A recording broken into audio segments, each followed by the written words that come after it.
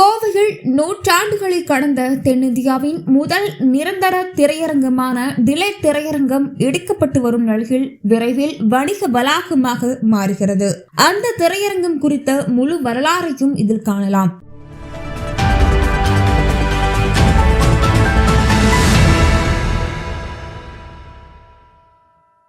தென்னிந்தியாவின் முதல் திரையரங்கம் இடிப்பு பிரமிக்க வைக்கும் நூற்றாண்டு கடந்த வரலாறு.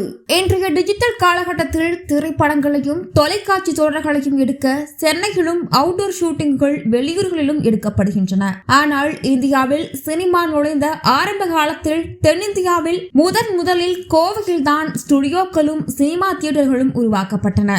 அப்படி தென்னிந்தியாவில் முதலாக உருவாக்கப்பட்ட சினிமா தியேட்டர் தான் கோவையில் உள்ள வெரைட்டி ஹால் என்றழைக்கப்படும் டிலைட் தியேட்டர். 1914 இந்த தியேட்டர் சாமிக்கனு வின்சென்ட் என்பவரால் கட்டப்பட்டுச்சு. இந்த டிலைட் தியேட்டரில் வள்ளி திருமணம் படம் தான் முதலில் திரையிடப்பட்டிருக்கு. தென்னிந்தியாவில் கட்டப்பட்ட நிரந்தரமான முதல் திரையரங்கம் டிலைட் தியேட்டர் தான். இன்றைக்கும் டிலைட் தியேட்டர் அமைந்துள்ள அந்த சாலை வெரைட்டி ஹால் சாலை தான் அழைக்கப்படுகின்றது. கோவையில் உள்ள டிலைட் தியேட்டர் உருவான வரலாறு மிகவும் சுவாரஸ்யமான ஒன்று. அதை பத்தி பார்க்கலாம். அந்த காலகட்டத்தில் கோவையில் மின்சாரம் இல்லாத நிலையில் மக்கள் மண்ணெண்ணெய் விளக்குகளை தான் பயன்படுத்தி வந்தார்கள். அந்த சமயம் கோவையில் செயல்பட்ட முக்கிய கல்வி நிறுவனங்கள் மற்றும் தொழிற்சாலைகளுக்கு மட்டும் ஊட்டிக்கு பக்கத்தில் பைக்காரா நீர்த்தேக்கத்தில் தயாரிக்கப்படும் மின்சாரத்தை பிரிட்டிஷ் அரசாங்கம் வழங்கியிருக்கு. அப்போது வின்சென்ட் சாமிக்கனு வெளிநாட்டிலிருந்து ஒரு ஆயில் இன்ஜினை வரவழைத்து அதன் மூலம் அந்த மின்சாரத்தை கொண்டு திரையரங்கம் இருந்த சாலை முழுவதும் மின் விளக்குகளை ஒளிரச் செய்தார். பிரிட்டிஷ் காலத்தில்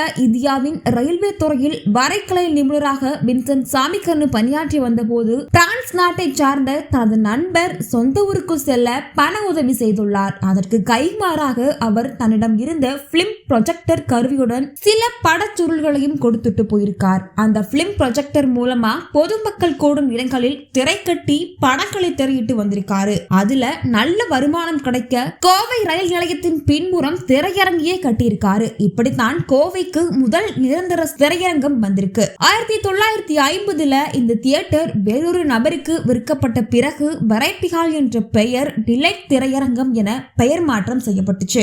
எம்ஜிஆர், சிவாஜி கணேசன், ரஜினிகாந்த், கமலஹாசன், அமிதாப் பச்சன் என திரை ஜாம்பவான்களின் தமிழ், இந்தி என பல்வேறு மொழி திரைப்படங்கள் டிலைட் திரையரங்கில் வெளியிடப்பட்டு வெற்றி விழா கொண்டாடப்பட்டன. கோவையின் வரலாற்று சின்னமான இந்த தியேட்டர் ஒரு நூற்றாண்டை கடந்த நிலையில் சில ஆண்டுகளுக்கு முன்பு புதுப்பிக்கப்பட்டு டிஜிட்டல் தொழில்நுட்பத்தில் எம்ஜிஆர் நடித்த நினைத்ததை முடிப்பவன் திரைப்படம் ரீரிலீஸ் செய்யப்பட்டது. தமிழகத்தில் ஒரு நூற்றாண்டு காலம் மக்கள் மத்தியில் செல்வாக்கு பெற்றிருந்த திரையரங்குகள் டிஜிட்டல் தொழில்நுட்பத்தின் வளர்ச்சியாலும் நவீன வசதிகளாலும் இன்றைய மல்டிபிளெக்ஸ் திரையரங்குகளுடன் போட்டியிட முடியாமல் திருமண மண்டபங்களாகவும் வணிக வளாகங்களாகவும் உருமாறிவிட்ட நிலையில் டிலைட் தியேட்டரும் இதிலிருந்து தப்பவில்லை. கடந்த ஆண்டு ஜூலை மாதம் படங்கள் திரையிடுவதை நிறுத்திக் கொண்ட டிலைட் தியேட்டர் வணிக வளாகம் கட்டுவதற்காக தற்போது இடிக்கும் பணிகள் நடந்துட்டு வருது. வரலாற்று பொக்கிஷமான டிலைட் தியேட்டர் கடந்த சில ஆண்டுகளுக்கு முன்புதான் நூற்றாண்டு விழாவை கொண்டாடியது.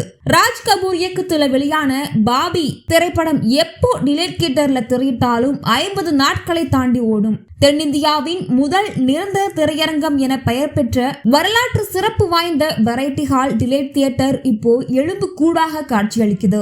இனி இந்த கட்டடம் மக்கள் பார்வைக்கு இல்லாமல் போவதுடன் வணிக வளாகமாக மாறுவதுதான் டிலைட் தியேட்டர் ரசிகர்களுக்கு மிகப்பெரிய துயரத்தையும் வருத்தத்தையும் ஏற்படுத்துது.